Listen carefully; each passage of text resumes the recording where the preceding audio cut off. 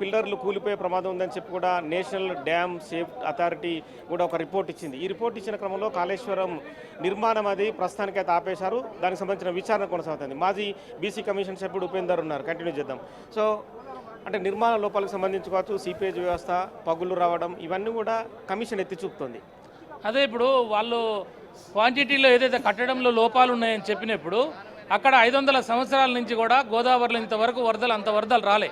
అంత వరదలు వచ్చినా కూడా మరి అక్కడ ఏమి కూడా జరగలేదు.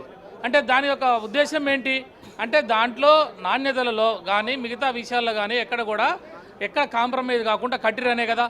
అంటే కేవలం ఈ యొక్క రాజకీయంగా ఈరోజు అంటే రాజకీయం వేరు, రెండు విషయాలు ఇక్కడ గమనించాలి. అంటే మనం కూడా పబ్లిక్లో ఉంటున్నాం, ప్రజలుగా సామాన్య ప్రజలుగా చూస్తాం.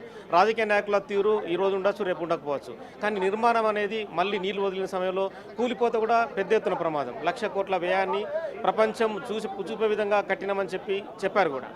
ఇప్పుడు కూలిపోవడం అనేది జరగలేదు. ఇప్పుడు మేడిగడ్డ ఒకటే పగుళ్ళ తర్వాత నీళ్ళు ఎక్కువ మొత్తంలో వదిలితే కూలిపోయే ప్రమాదం ఉందనేది నేషనల్ డ్యామ్ సేఫ్టీ అథారిటీ ఇచ్చే రిపోర్ట్. నేషనల్ డ్యామ్ అథారిటీ వాళ్ళు ఏం చెప్తున్నారంటే దాన్ని రిపేర్ చేసుకునడానికి అవకాశాలు ఉన్నాయని చెప్పినారు. వాళ్ళు చెప్పినప్పుడు అది చేసుకోవాలి కదా. అది చేసుకోకుండా మేడిగడ్డని ఎండబెడితే మేడిగడ్డ ఒకటే కాదు కదా. మేడిగడ్డ ఉన్నది, సుందిల్లో ఉన్నది, అన్నారం ఉన్నది, 3 బ్యారేజీలు ఉన్నాయి. అక్కడ భూగర్భ సంబంధించిన జలాశయాలు 3 ఉన్నాయి. మరి మనకి 203 కిలోమీటర్లు అండర్ గ్రౌండ్లో వాటర్ పోయేది ఉన్నది. 1,500 కిలోమీటర్లు గ్రావిటీ ద్వారా వాటర్ పోయేది ఉన్నది. అనేక టన్నెల్స్ ఉన్నాయి, బరాజులు ఉన్నాయి. ఇంటున్నావా, లిఫ్ట్ ఎత్తిపోసుకునే పథకాలు ఉన్నాయి. కాబట్టి ఒక కాళేశ్వరం అనంటే ఒక మేడిగడ్డలో 2 పిల్లర్లు పోతే దాన్నే చూపించి ఈరోజు మొత్తం కాళేశ్వరం పోయిందనటం కాదు కదా. 2 పిల్లర్లు కాదు, 16 పిల్లల వరకు ప్రాథమికంగా దెబ్బతిన్నాయి. అందులో ఎక్కువ మొత్తంలో దెబ్బతిన్న పిల్లర్లు అని చెప్పి రిపోర్ట్లో ఉంది. ఇప్పుడు నేను ఏదైనా కూడా ప్రతి ప్రాజెక్టులో కూడా ఇబ్బందులు జరిగినాయి. ఈ ప్రాజెక్ట్ ఒకటే కాదు, నాగార్జున సాగర్ కట్టినప్పుడు కానీ, శ్రీరామ్ సాగర్ కట్టినప్పుడు కానీ, ఇప్పుడు మొత్తం భారతదేశంలో ఏ ప్రాజెక్టు కట్టినా ఏదో ఒక్కడ జరుగుతుంది. 100కి 100% కాదు కదా. ఆ జరిగిన వాటిని ఇప్పుడు గత 18 నెలల నుంచి మన వాళ్ళు కనుక రిపేర్ చేసి ఉంటే అయిపోయేది ఉండేది కదా.